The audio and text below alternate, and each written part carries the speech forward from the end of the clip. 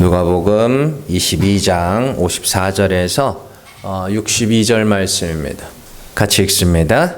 예수를 잡아 끌고 대제사장의 집으로 들어갈새 베드로가 멀찍이 따라가니라. 사람들이 뜰 가운데 불을 피우고 함께 앉았는지라.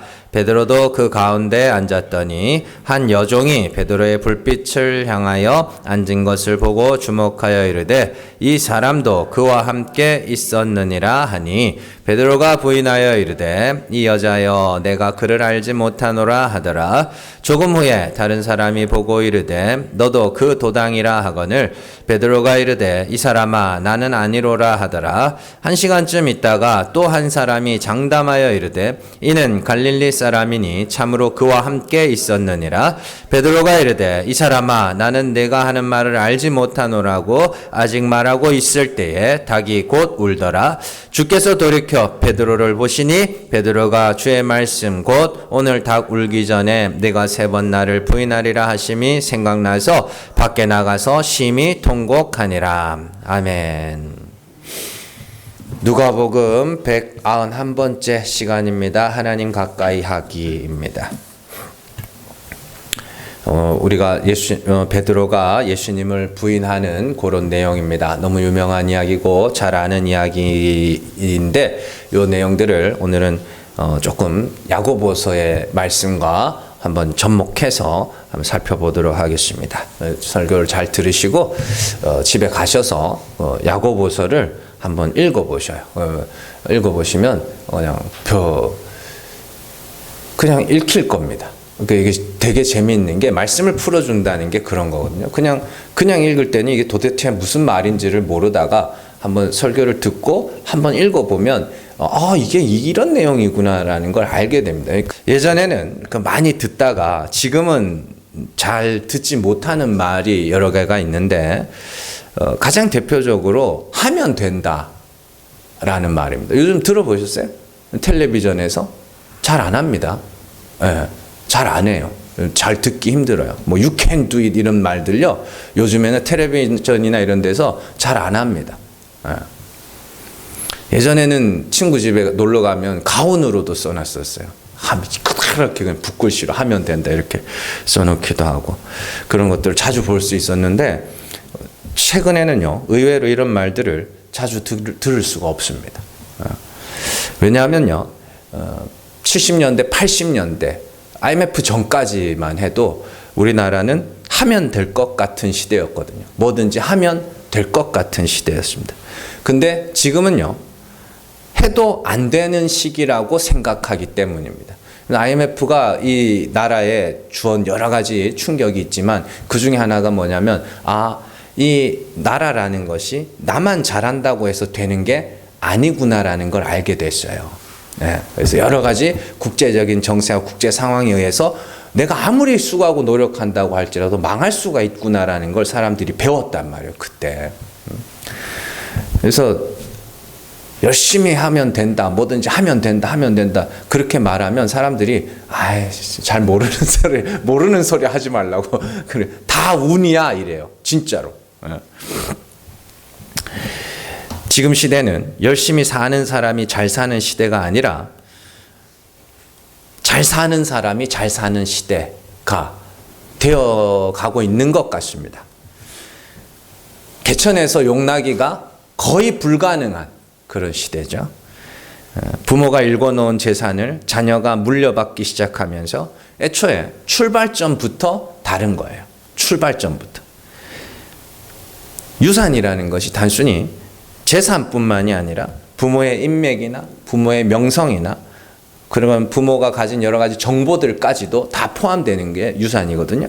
그렇기 때문에 어떤 부모 밑에서 자라느냐에 따라서 인생의 성패가 거의 결정되는 시대라고 생각을 합니다.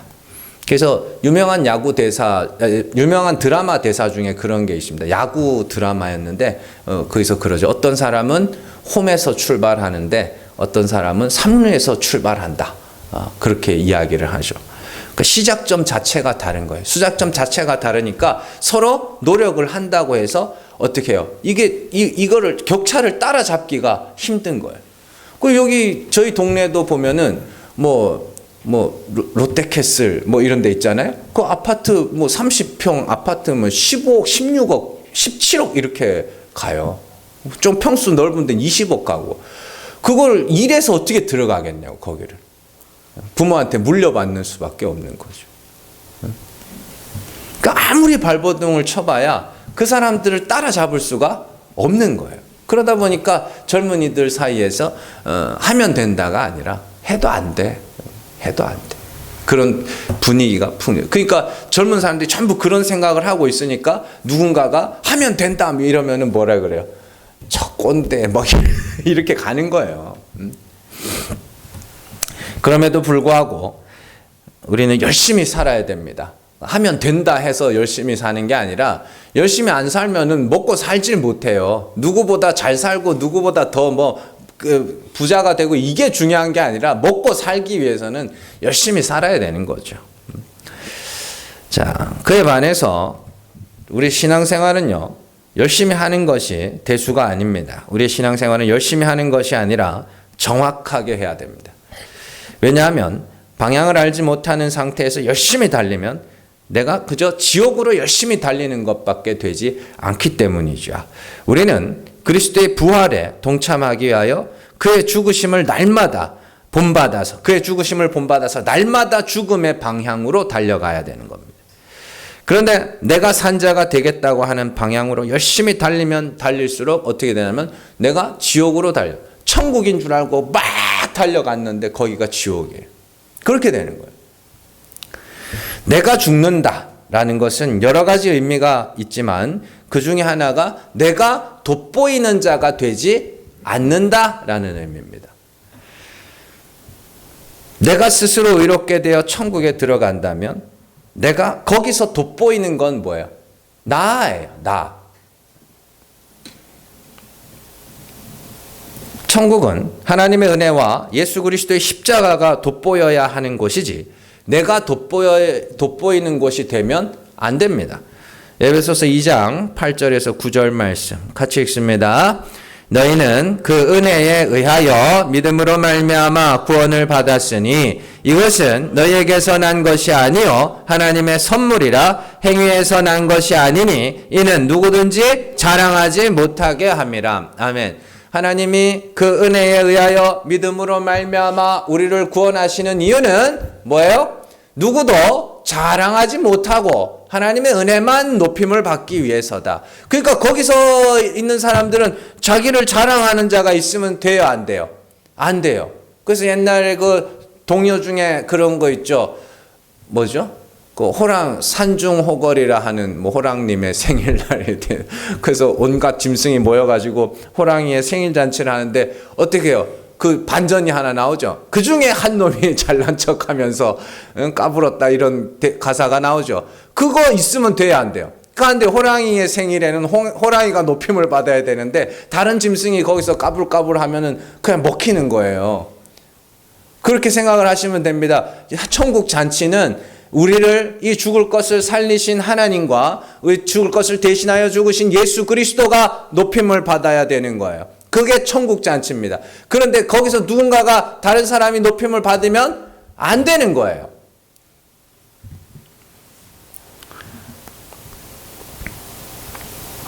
그렇기 때문에 구원이 거저 주어져야 되는 거예요. 거저 주어져야 돼요. 거저 주어져야 한다는 것은 내가 거저 받을 수밖에 없어야 된다는 소리죠.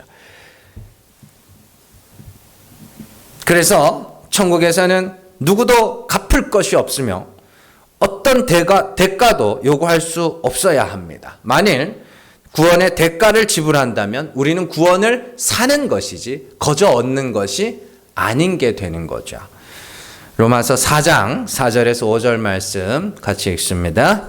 일하는 자에게는 그 삭시 은혜로 여겨지지 아니하고 보수로 여겨지거니와 일을 아니할지라도 경건하지 아니한 자를 의롭다 하시는 이를 믿는 자에게는 그의 믿음을 의로 여기시나니. 아멘. 잘 보세요. 이 말씀에서 주목해야 하는 게 뭐냐면 하나님이 어떤 분인가요? 하나님이 어떤 분? 잘 보세요. 5절 말씀. 일을 아니할지라도 자 여기서 중요해요. 경건하지 아니한 자를 의롭다 하시는 이를 믿는 자. 그러니까 하나님이 어떤 분이에요? 경건하지 않은 자를 의롭다 하시는 이. 이게 하나님이에요. 그러면 반대로 여기서 여러분들이 잘못 읽으시면 안 되는 게 뭐냐면 의롭다 하시는 거예요. 의롭게 하시는 게 아니고 경건하지 않은 자를 하나님이 막 두드려 패가지고 이 사람을 의롭게 만드는 게 아니고 경건하지 않은 자를 의롭다 칭하여 주시는 거예요. 그거 오해하시면 안 됩니다. 안 경건한데 얘를 그냥 의롭다 해주는 거예요. 자, 반대로 일하는 자는 어떤 자라는 거예요? 경건하다 하는 자. 많은 일을 행하여 경건하다 하며 스스로 의롭다 하는 자들에게는 구원이 은혜로 여겨지지 않고 자기의 일한 것에 대한 대가로 여겨진다. 그러면 안 된다. 그렇기 때문에 우리는 이 역사와 인생을 통하여서 나는 경건하지 않구나. 그러니까 하나님 나를 어떻게 해요? 불쌍히 여겨주세요. 그게 신앙생활의 방향입니다. 그러니까 여러분들은 이 땅에서 경건한 자가 돼야 돼요? 아니면 경건하지 않은 자로 고발이 돼야 돼요? 경건하지 않은 자로 고발이 돼야 돼요. 그래서 여러분들의 일상에서, 여러분들의 삶에서 뭐 하는 거냐면 우리의 그 속내가 자꾸만 뭐 하는 거예요? 드러나는, 폭로되는 그런 일들이 일어나는 겁니다. 그거 누가 하는 거예요? 그거 하나님이 하시는 겁니다. 그거 하나님이 하시는 거예요. 그러니까 되게 재밌는 거예요, 이게. 그러니까 하나님이 우리를 너무나도 정직하게 만들어 가시는 거예요.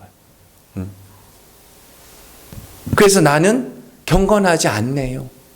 그게 바리새인과 세리의 기도란 말이에요. 바리새인과 세리의 기도의 내용 잘 아시죠? 세리가 뭐라 그래요? 주여, 나는 죄인이로소이다. 나를 불쌍히 여기소서. 그게 경건하지 아니하는 자를 의롭다 하시는 이를 믿는 자라는 거예요. 그게. 그런데 바리새인은 어떻게 해요? 나는 토색하지 않고 불의를 행하지 않았고 간음하지 않았고 소득의 11조를 들 1일에 2번씩 금식하고 저 세리와도 같지 않았다 그래요. 그게 뭐예요? 경건한 자. 일한 것이 있는 자. 그러면 기독교의 목표 지점은 누구라는 소리예요? 두 사람 중에. 세리예요. 세리라고요. 기독교의 목표 지점은 세리라고요.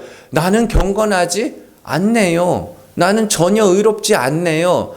살아보니 내가 제일 큰 죄인이네요. 하나님이 불쌍히 여겨주시지 않으면 구원에 이르지 못할 자네요. 그걸 여러분들의 인생 전체를 통하여 배워야 되는 거예요. 그게 억지로 막 나는 마음으로는 막 경건하 나 정도 되면 이러는데 밖으로만 그냥 난 죄인입니다. 뭐 그게 아니라요. 그냥 진짜네. 나 진짜 죄인이네. 이게 돼야 되는 거예요. 그러니까 그게 우리 신앙의 목표 지점인데 사실은 현실적으로 봤을 때 자꾸만 이 바리새인을 만들어 가는 것 같은 거예요. 교회가. 목사가 성도들을 바리새인으로 만들어 가요.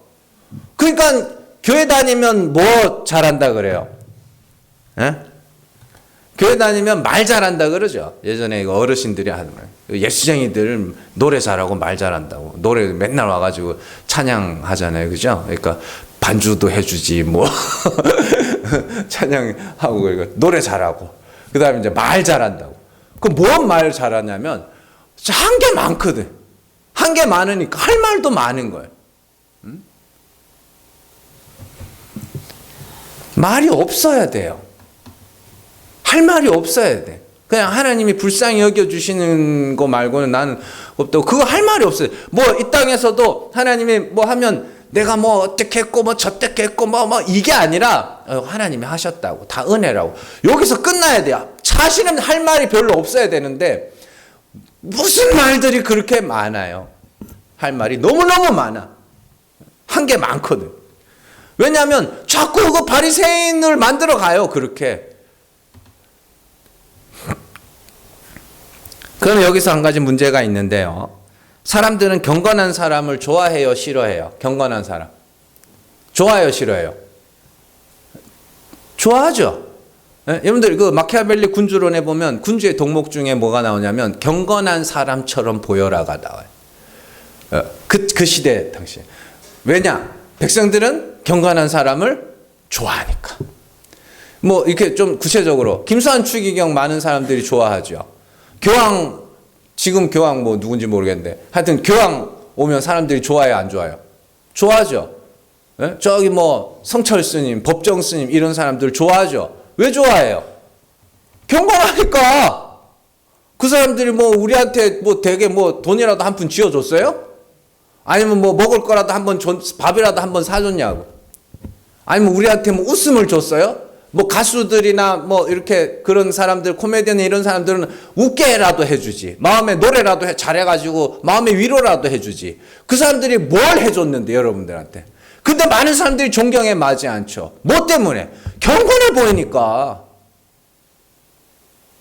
그렇잖아요. 그거라니까요. 저 같은 목사는 왜 사람들이 안 좋아하냐? 안 경건해 보이거든. 네? 저게 목사야? 그렇다고 뭐 완전 양아치처럼은 안 보이지만 그렇거든요.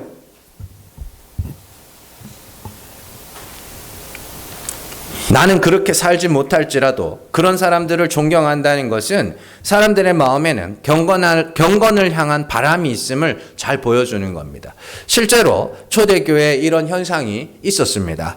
사도 야고보는 교회 안에서 차별이 있음을 이야기를 합니다. 야고보가 말하는 교회 안의 차별은 경건한 자를 높여주고 죄인들을 무시하는 그런 차별이었습니다. 야고보서 1장 26절에서 27절 말씀 같이 읽습니다. 누구든지 스스로 경건하다 생각하며 자기 혀를 재갈 물리지 아니하고 자기 마음을 속이면 이 사람의 경건은 헛것이라. 하나님 아버지 앞에서 정결하고 더러움이 없는 경건은 곧 과와 과부를 그 환난 중에 돌보고 또 자기를 지켜 세속에 물들지 아니하는 그것이니라. 아멘. 이 부분을 잘못 해석하는 사람들이 너무 많아요. 잘 보세요. 자, 여기에는 두 가지 경건이 나옵니다. 첫 번째는 스스로 경건하다 생각하며 자기 혀를 재갈 물리지 않고 자기 마음을 속이는 자가 있다 그래요. 자, 이 사람들이 어떤 사람이에요? 스스로 경건하다는 건 자기가 많은 행위를 가졌어요. 그래서 그들이 입만 열면 뭐 해요? 자기 육체로 자기를 자랑하는 거예요. 뭔 말인지 아시겠죠? 그리고 그것이 곧 뭐예요? 자기 마음을 속이는 거예요. 그게 나는 죄 없다 하는 게. 그 사람의 경건은 뭐예요? 헛거야. 그래서 이 뒤에 4장에 가면 불의 혀는 뭐 불의 세계라 막 이런 게 나오고 그렇게 연결이 되는 거거든요. 그러니까 그 말도 쭉 보면 뭐 하나하나 뭐 이건 무슨 뜻이고 그게 아니라 쭉 읽어보면 뭐냐면 말 조심하라는 이야기예요. 구원은 네 행위로 얻는 게 아닌데 왜 함부로 네를 자랑하냐고 이런 이야기를 하는 거라고요. 그 진짜 경건이 두 번째 경건이 나오죠. 하나님 아버지 앞에서 정결하고 더러움이 없는 경건은 어때요? 고아와 과부를 환난 중에 돌보고 자기를 지켜 세속에 물들지 아니하는 게. 이게 잘 보시면은 고아와 과부를 환난 중에 돌본다는 건 불쌍한 이유 도와주는 게 경건이다 그런 이야기가 아니고요. 여기서 고아와 과부는 가난한 자를 상징하는 사람들입니다. 가난한 자예요. 그들을 돌본다, 환난 중에 돌본다는 건 그들을 차별하지 않는 거예요. 그래서 이 말씀 바로 뒤에 2장 1절로 넘어가면 너희가 그리스도 예수에 대한 믿음을 가졌으니 차별하여 대하지 말라로 이어져요. 그러니까 고아와 과부라는 건 진짜 고아와 과부를 이야기하는 게 아니라 죄인들이에요. 교회 안에 죄인들이 있는데 그들을 보고 뭐 하는 거예요? 저 손가락질 하는 거예요. 저 죄인들 저 나쁜 놈이야 저거 이러는 거 있죠. 그리고 뭐 하라고요? 세속에 물들지 않는. 세속이 뭐예요? 세상 풍속이 뭔데요? 세상이 어때요? 의로운 자를 지켜 세워주고 죄인들을 깔아앉혀주죠. 막 깔아뭉개죠. 그게 물들지 않으면 어떻게 돼요? 모든 사람이 다 뭐예요? 죄인이고 다 예수 그리스도로 말미암아 죄 사함 받아야 한 자들이고 하나님의 누구든지 주의 이름을 부르는 자가 구원을 얻는다는 그 마음을 가진 게 세속에 물들지 않는 거예요. 그러나 초대교회에 사람의 경건을 가지고 차별을 하는 모습이 나타나게 되죠. 야고보서 2장 2절에서 4절 말씀 같이 읽습니다. 만일 너희 회당에 금가락지를 끼고 아름다운 옷을 입은 사람이 들어오고 또 남루한 옷을 입은 가난한 사람이 들어올 때에 너희가 아름다운 옷을 입은 자를 눈여겨보고 말하되 여기 좋은 자리에 앉으소서 하고 또 가난한 자에게 말하되 너는 거기 서 있든지 내 발등상 아래에 앉으라 하면 너희끼리 서로 차별하며 악한 생각으로 판단하는 자가 되는 것이 아니냐. 아멘. 여기서 말하는 차별은 단순히 돈이 있고 없고의 차별이 아닙니다. 그런 차별은요, 돈 갖고 하는 차별은 세상 사람들도 안 하는 짓이에요. 근데 이걸 또 교회가 또 하고 있네. 그게 너무 진짜 저속하고 저급한, 네요. 그거보다 더 은근한 차별이 교회 안에 있어요.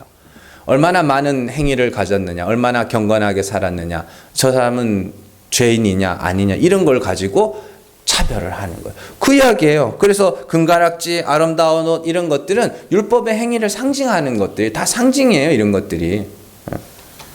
그리고 가난한 자 나오죠. 그 1장 마지막에 나오는 그 고아와 과부, 가난한 자, 아무것도 가진 거 없는 자, 그들을 차별하더라. 그래서 교회 안에서 스스로 경건하다 하는 자들은 높여주고 죄인들은 무시하는 풍조가 있었다는 이야기입니다. 이는 그리스도를 믿는 자들에게서는 나타나서는 안 되는 모습. 왜요? 예수 그리스도를 믿는 게 뭐예요? 그리스도께서 나타내신 하나님이 참 하나님이심을 믿는 거죠. 그리스도께서 나타내신 하나님은 죽은 자를 살리시는 분이죠. 그러면 모두가 뭐 해야 돼요? 자신의 죄를 자백하고 죽어야 되는 거죠. 그러면 다 죄를 자백하고 다 죄인이라고 하면서 뭐 가지고 너네가 차별하느냐 이런 이야기예요. 그래서 이 말씀이 뭘로 이어져요? 믿음과 행위의 이야기로 이어집니다. 믿음이 있다고 하는 자들에게 너희의 행위를 보여라. 나는 행위로 내 믿음을 보일게. 이렇게 이야기를 해요. 여기서 말하는 행위는 긍휼의 행함이며 자유의 율법으로 행함이며 이런 율법을 통해 자신의 죄를 알고 하나님의 긍휼을 구하는 그 행위를 보이라는 겁니다. 야고보서 2장 13절, 12절에 13절 같이 읽습니다. 너희는 자유의 율법대로 심판받을 자처럼 말하고 행하기도 하라. 긍휼을 행하지 아니하는 자에게는 긍휼 없는 심판이 있으리라. 긍휼은 심판을 이기고 자랑하느니라. 아멘. 자유의 율법대로 행한다는 것은 심판받을 자처럼 말하고 행하는 거예요. 심판받을 자, 하나님이 심판받을 자가 뭐 해야 돼요? 금요일에도 말씀드렸지만 설교를 들으셨는지 안 들으셨는지 모르겠지만 거기 보시면은 제가 말씀드렸죠. 심판받을 자가 재판관에게 할 수 있는 건 뭐밖에 없어요. 불쌍히 여겨주세요. 불쌍히 여겨주세요. 그 행위가 있냐? 너희한테 그 행위가 있냐? 그 행위가 없으면 너희 믿음은 뭐라는 거예요? 죽은 거야. 그 믿음이 어떻게 너희를 구원하겠어? 하나님이 죽은 자를 살리시는 분이심을 믿느냐? 그럼 네가 죽음이라는 그 행위를 보여라. 하나님이 낮은 자를 높이시는 분이심을 믿느냐? 그러면 네가 낮아짐이라는 행위를 보여야지. 그 행위가 없으니까 너희끼리 서로 뭐 하는 거예요? 차별하는 거 아니냐? 그 이야기, 야고보가 그 이야기를 하는 거예요.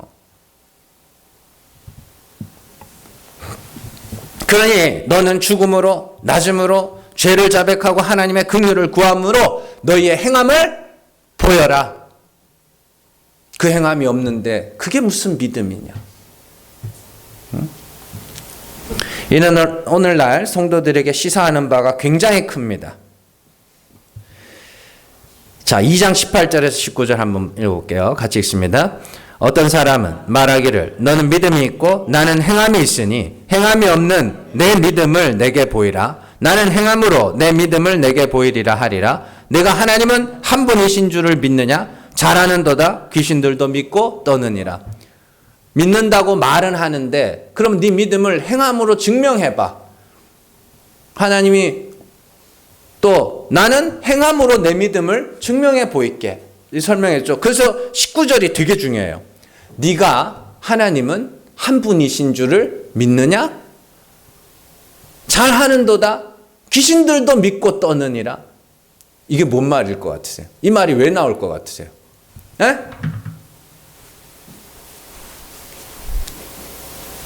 이거 뭐 멀리 생각할 거 없습니다. 지금 우리나라 교회 생각하시면 됩니다. 우리나라 교회는 하나님이 있느냐 없느냐를 이야기를 하죠. 에? 하나님이 한 분이신 줄을 믿느냐? 그건 귀신도 알아. 그럼 네가 믿는 그 하나님이 어떤 분인데? 라는 뜻이에요. 하나님이 살아계시느냐 안 살아계시느냐가 아니라 야고보가 이야기하는 건, 예수님이 이야기하는 건, 바울이 이야기하는 건, 베드로가 이야기하고 요한이 이야기하는 건 하나님이 살아계시느냐 안 살아계시느냐가 아니라 그 하나님이 어떤 분인데? 라는 거예요. 너 아버지 있어? 그 아버지 있어요. 그럼 그 아버지는 어떤 아버지인데? 그게 중요하지 않아요? 진짜로 사람들 이렇게 뭐 뉴스 같은 거 보면은 참 없느니 못한 아버지들이 있잖아요. 엄마도 마찬가지고. 뭐 부모 있어 없어? 있어요. 그 다음 질문은 그 부모님은 어떤 분인데가 나와야 되는 거죠. 그 다 그런 이야기예요. 하나님이 한 분인 줄 믿느냐? 그래. 잘하네. 그건 귀신도 알아. 그러면 그 하나님이 어떤 분인데? 어떤 분이에요? 낮은 자를 높이시는 하나님이죠. 은혜의 하나님이죠. 그러면 뭐 해야 돼요? 낮아짐이라는 행함이 있어야 될 거 아니냐. 근데 그 낮아짐으로 달려가는 자들이 어떻게 자기 행위를 갖고 서로 차별할 수 있어? 어떻게 누가 크냐 싸울 수 있어? 그런 뜻이에요.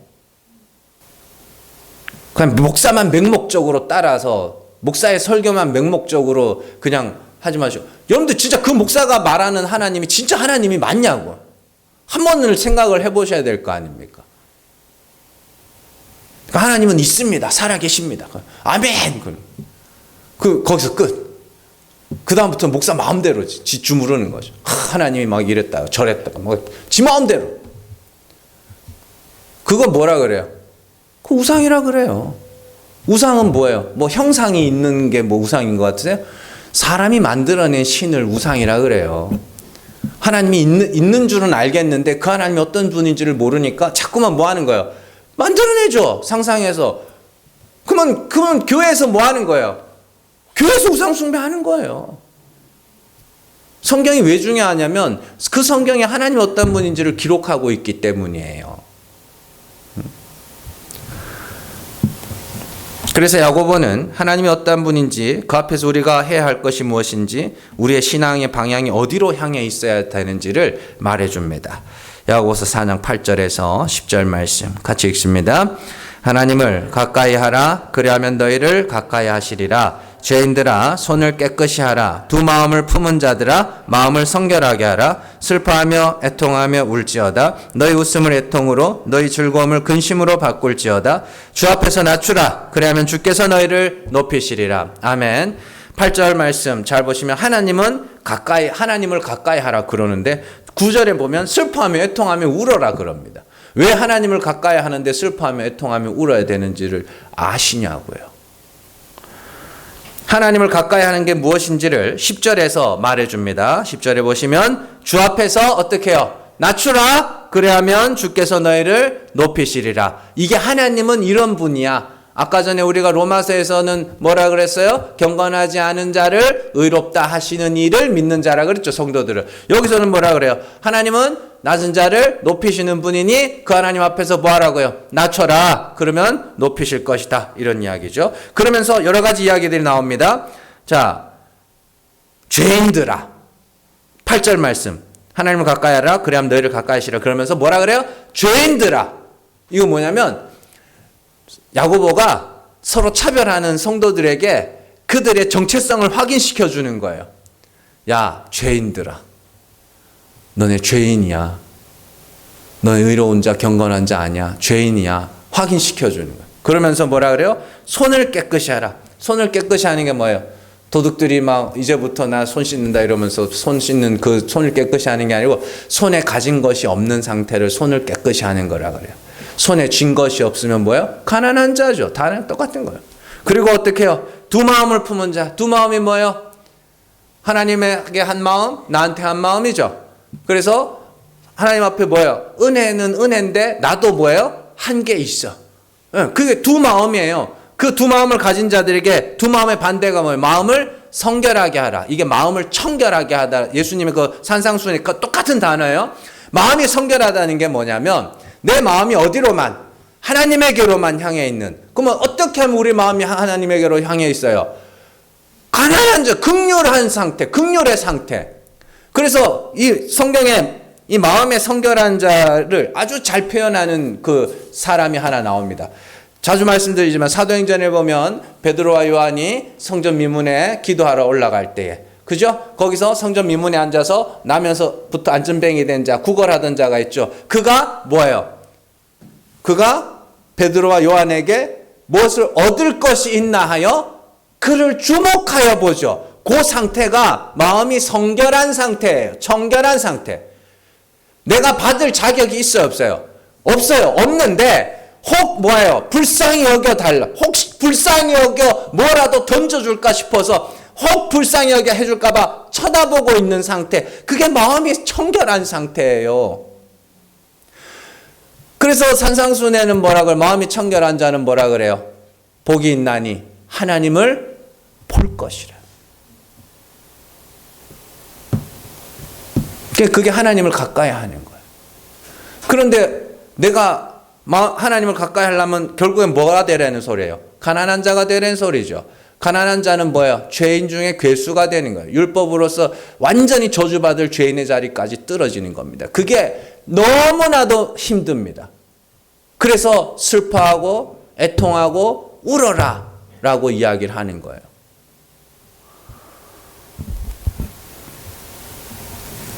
성도는 내가 무엇을 행해야 할까?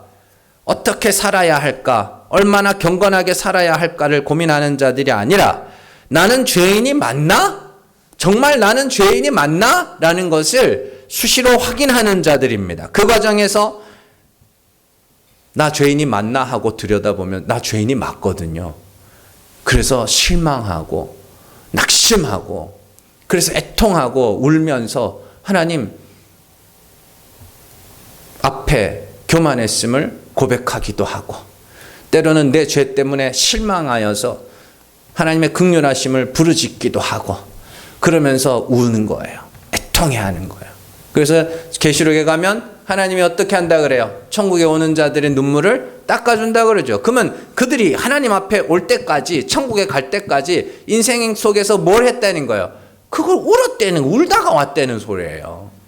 그래서 천국에 가면 눈물도 없다고 이야기해요. 더 이상 울 일이 없죠. 왜? 하나님께서 은혜로 우리를 의롭다 하시는 분이기 때문에. 그러니까 많이 울어야 되는 거예요. 그러니까 막 고생해가지고 막 돈 없어서 울고 막 누가 때려서 울고 막 누가 막 상처 줘가지고 울고 그런 류의 울음이 아니라 야 진짜 이것밖에 안 되는구나. 내가 이것밖에 안 되는구나. 그래서 막 그게 너무 막 속이 상한 거예요. 내가 내 자신에 대해서 실망해서. 그거는 여러분들이 안 겪어보면 모르는 거죠. 다 그렇지만 세상 만사가 다 그렇지만 안 겪어보면 모르는 거겠지만 진짜로 이건 성도만이 겪을 수 있는 일입니다. 왜냐하면 성령이 여러분들 안에서 그 일을 행하시거든요.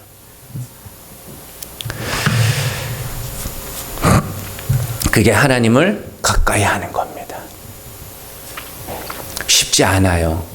그러니까 뭘 열심히 해서 쉽지 않은 게 아니라 차라리 교회 나와가지고 뭐 이거 하고 저거 하고 이러면은 몸은 조금 힘들더라도 그냥 괜찮거든요. 근데 이건 그런 차원이 아니에요. 지금 성경이 이야기하는 건 그런 차원이 아니라 바울도 그러잖아요. 내가 탄식했다고. 이 땅의 장막이 벗겨지고 하늘의 것으로 덧입기 위하여 땅의 장막이 벌거벗겨지는 그 과정을 겪으면서 탄식했다 그러잖아요. 그 일을 누가 하겠다 그러면 하나님이 하셨다 그래요.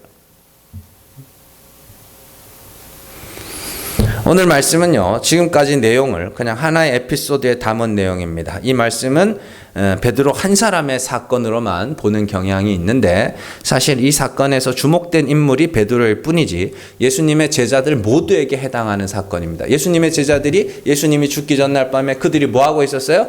누가 크냐? 그게 곧 뭘 하는 거예요? 차별을 만드는 거죠. 누가 크냐 하고 있었어요. 그러면 그 사람들이 차별을 안 하도록 하려면 어떻게 해야 돼? 차별하지 못할 일을 만드셔야 되는 거죠. 마태복음 26장 31절에서 35절 말씀 같이 읽습니다. 그때에 예수께서 제자들에게 이르시되 오늘 밤에 너희가 다 나를 버리리라. 기록된 바 내가 목자를 치리니 양의 떼가 흩어지리라 하였느니라. 그러나 내가 살아난 후에 너희보다 먼저 갈릴리로 가리라. 베드로가 대답하여 이르되 모두 주를 버릴지라도 나는 결코 버리지 않겠나이다. 예수께서 이르시되 내가 진실로 내게 이르노니 오늘 밤 닭 울기 전에 내가 3번 나를 부인하리라. 베드로가 이르되 내가 주와 함께 죽을지언정 주를 부인하지 않겠나이다 하고 모든 제자도 그와 같이 말하니라. 아멘. 모든 제자도 우리는 죽을지언정 예수님을 부인하지 않겠습니다 라고 이야기를 했습니다. 그러나 예수님이 잡히시던 날 제자들은 어떻게 해요? 다 흩어지고 베드로는 예수님을 3번 부인할 뿐만 아니라 예수님을 저주하기까지 합니다. 마가복음 14장 50절에서 52절 말씀 같이 읽습니다. 제자들이 다 예수를 버리고 도망하니라. 한 청년이 벗은 몸에 베옷 이불을 두르고 예수를 따라가다가 무리에게 잡힘에 베옷 이불을 버리고 벗은 몸으로 도망하니라. 마가복음 14장 71절 같이 읽습니다. 그러나 베드로가 저주하며 맹세하되 나는 너희가 말하는 이 사람을 알지 못하노라 하니. 죽을지언정 죽으리를 부인하지 않겠습니다. 그러더니 대번 내빼는 거예요.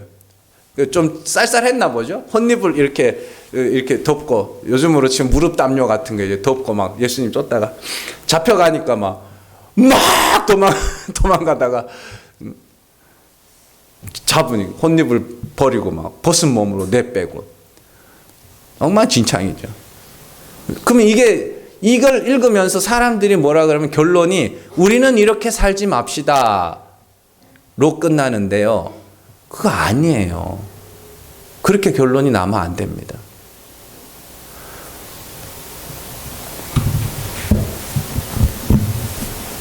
나도 이것밖에 안 됩니다.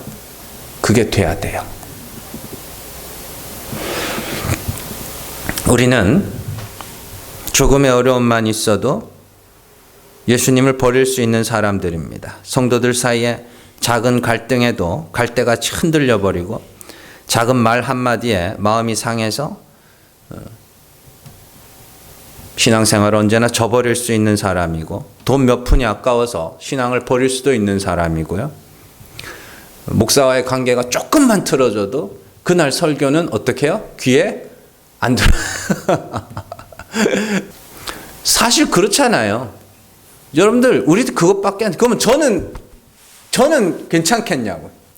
목사는 그냥 늘 막 성령 충만해가지고 막 성령의 두루마기 어떻게 보이셔요? 성령의 가다마인가? 뭐 그러겠냐고.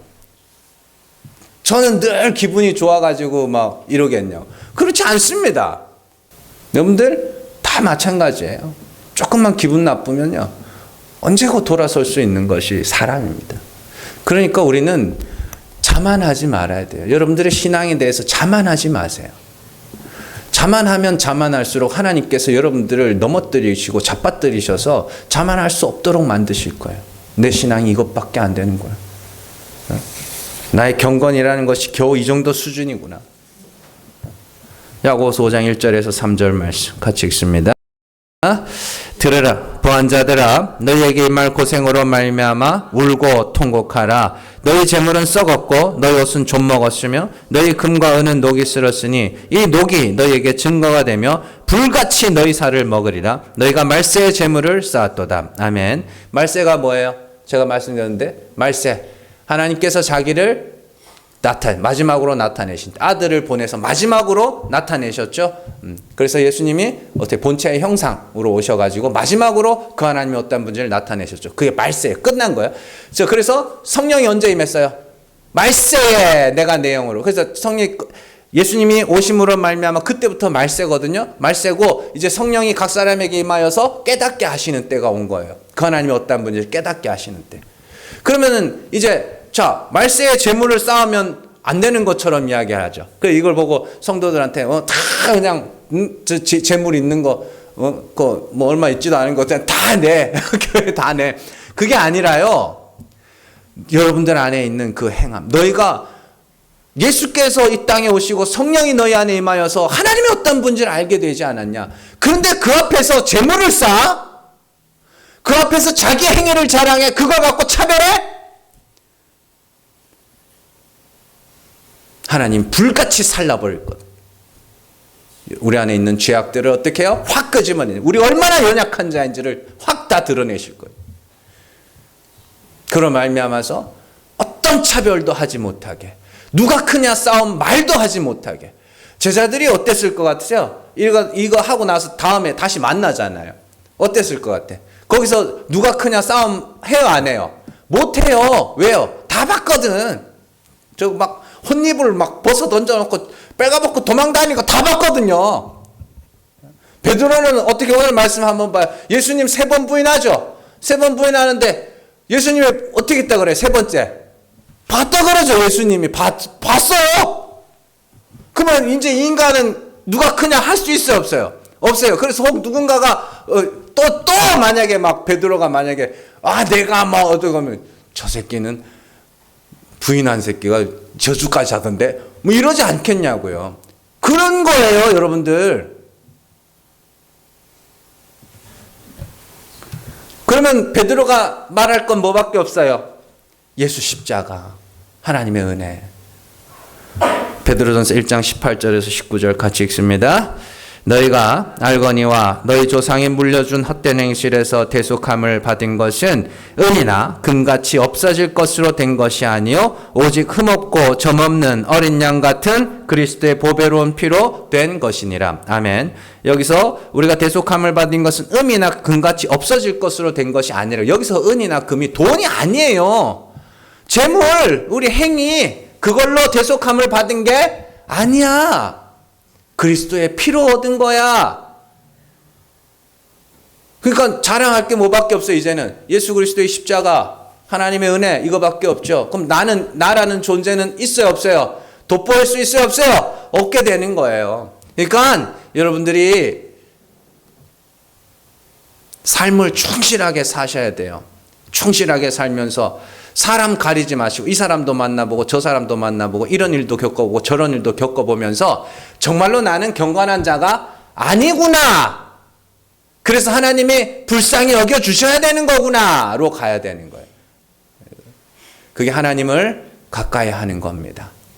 여러분들 절대로 그렇다고 제가 여러분들에게 가서 마음껏 죄를 지어라가 아니라 여러분들 안에 있는 죄가 드러날 때가 있을 겁니다.